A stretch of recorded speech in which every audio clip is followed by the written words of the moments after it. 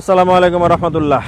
আমরা এই মুহূর্তে দাঁড়িয়ে রয়েছি আমাদের নোয়াখালী জেলার এই কবিরহাট কোম্পানিগঞ্জের বর্ডার এলাকা।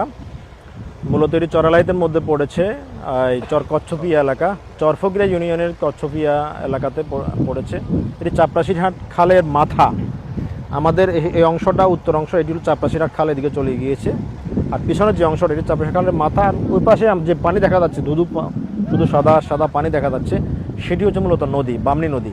এই বামনী নদীর এই মোহনা, চাপরাশি খাল বামনী নদীর মোহনায় আমরা দাঁড়িয়ে আছি। এখানে জিও ব্যাগ দিয়ে এখানে বালি ভর্তি করে তাৎক্ষণিক একটি বাঁধ দেওয়া হয়েছে। এই বাঁধ দেওয়ার ফলে লোনা পানি আটকানো হবে এবং মিঠা পানি আপনার এই চাষাবাদ যোগ্য জমিগুলোতে প্রবেশ করানো হবে পিছনে যে কচ্ছপিয়া স্লুইস গেট দিয়ে। 2024 সনের আগস্টে, আমার এখনও মনে আছে, 2024 সনের আগস্টে 20 তারিখে এই অঞ্চলে এই 5 আগস্টের পর পরিবর্তনের পরের সপ্তাহ থেকেই আমাদের নোয়াখালীতে জলাবদ্ধতা শুরু হয়, বর্ষা শুরু হয়।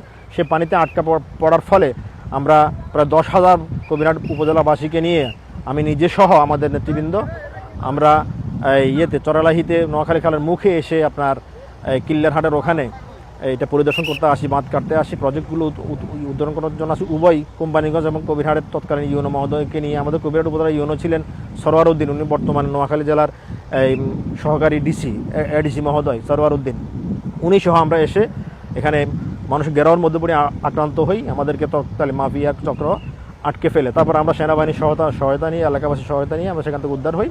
এই আন্দোলনে আমরা যাদেরকে পেয়েছি তাদের সবাইকে ধন্যবাদ জানাচ্ছি। আমরা সবসময় জনগণের দুর্ভোগ লাঘবে ভূমিকা রেখেছি। আমরা এখনও জনগণের সাথে রয়েছি।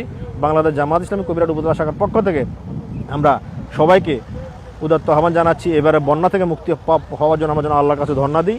পাশাপাশি আমরা রাষ্ট্রকে ধন্যবাদ জানাচ্ছি। বর্তমান সরকার এই উদ্যোগ নিয়েছেন, আমাদের এই অঞ্চলের এমপি মহোদয় সহ, তাদেরকে আমরা ধন্যবাদ জানাচ্ছি। এই কাজটি দ্রুত যেন শেষ হয়, বিশেষ করে নোয়াখালী খালের মুখ যেন ক্লিয়ার করা হয়, চাপরাশি খালকে যেন যেভাবে বাধা হচ্ছে এটা যেন স্থায়ীভাবে টেকসই করা হয়, কচ্ছপিয়ার সুইচগেট যেন খুলে চালু করে দেওয়া হয়, আরও যে স্লুইস গেটগুলো রয়েছে সেগুলো যেন দ্রুত সংস্কার করে চালু করে দেওয়া যায়।